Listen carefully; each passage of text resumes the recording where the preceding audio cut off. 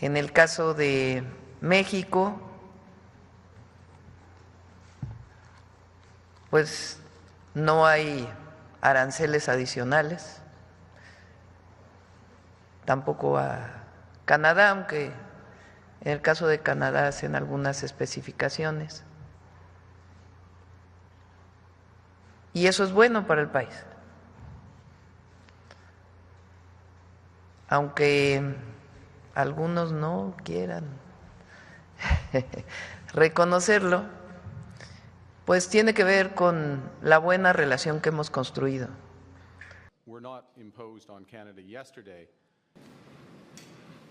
Yesterday's actions by the U.S. administration, while not specifically targeting Canada, will rupture the global economy and adversely affect global economic growth. The global economy is fundamentally different today than it was yesterday. The system of global trade anchored on the United States that Canada has relied on since the end of the Second World War, a system that, while not perfect, has helped to deliver prosperity for our country for decades, is over. Our old relationship of steadily deepening integration with the United States is over. The 80-year period when the United States embraced the mantle of global economic leadership, when it forged alliances rooted in trust and mutual respect, and championed the free and open exchange of goods and services, is over.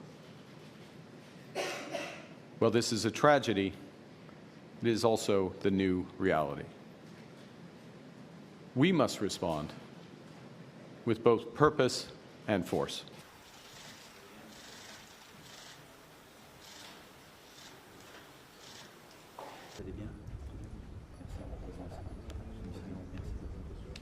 Et donc je pense que ce qui est important, et c'est tout le travail qu'il faut faire par filière, que les investissements à venir ou que les investissements annoncés ces dernières semaines, ils soient un temps suspendus tant qu'on n'a pas clarifié les choses avec les États-Unis d'Amérique. Parce que quel serait le message d'avoir des grands acteurs européens qui se mettent à investir des milliards d'euros dans l'économie américaine au moment où ils sont en train de nous taper? Donc il faut qu'on ait de la solidarité collective. Unsere Reaktion darauf muss natürlich sein, dass wir abgestimmt bleiben. Und da haben wir eine interessante Aufgabe. Wir müssen erstmal innerhalb unseres eigenen Lagers, in der eigenen Industrie abgestimmt bleiben. Das wird schwer genug. Dann müssen wir auf der nächsten Ebene abgestimmt bleiben, europäisch, dass also keine nationalen Alleingänge versucht werden, irgendwelche Ausnahmen zu erreichen. Und da wir ja gesehen haben, dass der Präsident die ganze Welt im Grunde attackiert, müssen wir uns auch mit sogenannten like-minded Partners, also Ländern, die ähnlich an einer internationalen rechtssicheren Handelsordnung interessiert sind, auch abstimmen. Das ist natürlich eine Riesenaufgabe, die uns da jetzt bevorsteht. Und da dürfen wir auch nicht zu zimperlich sein mit unseren Maßnahmen, die wir auch im Köcher haben. Die müssen dann gut abgestimmt und klar formuliert auch vorgetragen werden. Da sind verschiedenste Dinge möglich, da will ich noch nicht vorgreifen. Aber ich bin zuversichtlich, dass alle in Europa verstanden haben, worum es jetzt geht. Le Conseil fédéral a pris connaissance des décisions des États-Unis concernant les droits de douane. Il regrette que, par ces décisions, les États-Unis s'écartent davantage du libre-échange et d'un ordre commercial fondé sur des règles. Il analysera en profondeur les conséquences exactes de ces décisions et les options possibles. Le Conseil fédéral est clairement d'avis qu'une escalade n'est pas dans l'intérêt de la Suisse. C'est pourquoi il renonce pour l'instant à prendre des contre-mesures directes et examine d'autres solutions.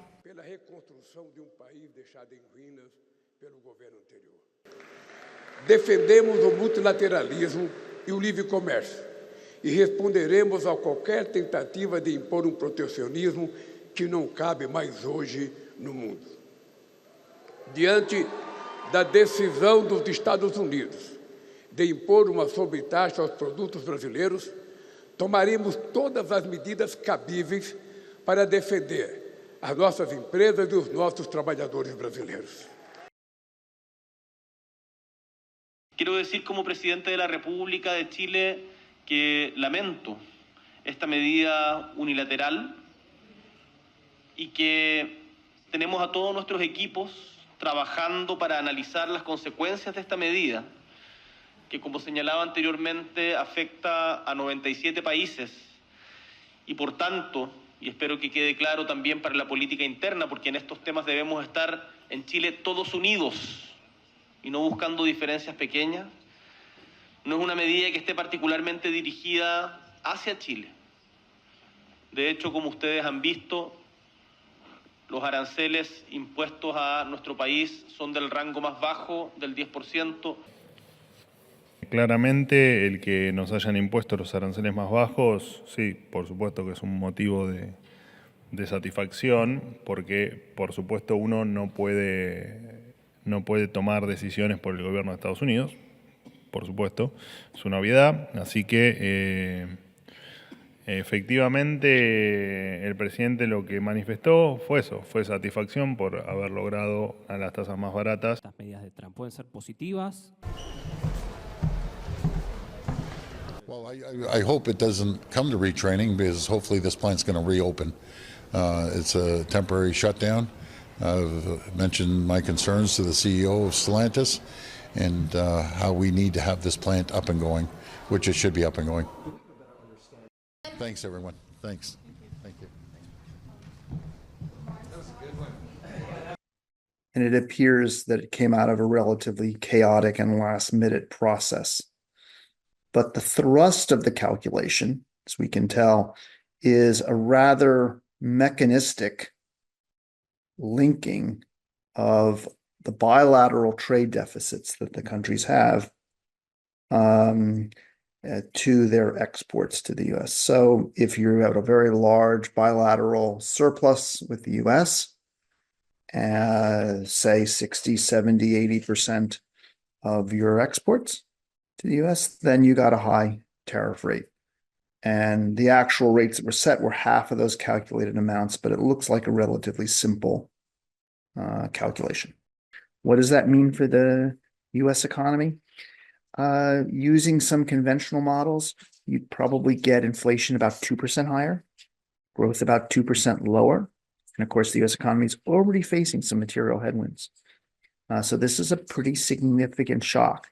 But as I emphasize, tremendous uncertainty around those numbers. Yo creo que todavía estructuralmente hay muchas cosas por hacer, pero que no hay que echar las campanas al vuelo. Yo creo que vienen más retos y esto también es temporal. No sabemos hasta cuánto tiempo va a durar que el presidente o a los ojos de Estados Unidos, México y Canadá cumplan con los temas relacionados con el narcotráfico, con la migración y especialmente con el combate al fentanilo. Nobody in the world wins. The announcements last night just added more uncertainty and are dragging it out. The risk of that is that we are seeing businesses and consumers really on pause.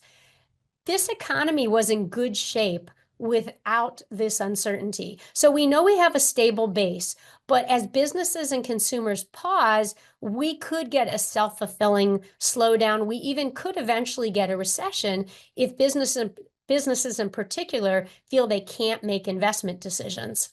Worst case scenario is that the administration says, no, we're simply going to stick with these tariffs and in a sense, beggar our neighbors and bleed them until they basically give up. In that case, yes, I think that the economy will slip into recession. I think we will end up seeing a bear market precipitate the announcement of a recession. And I think that what's going to happen is not what Trump wants.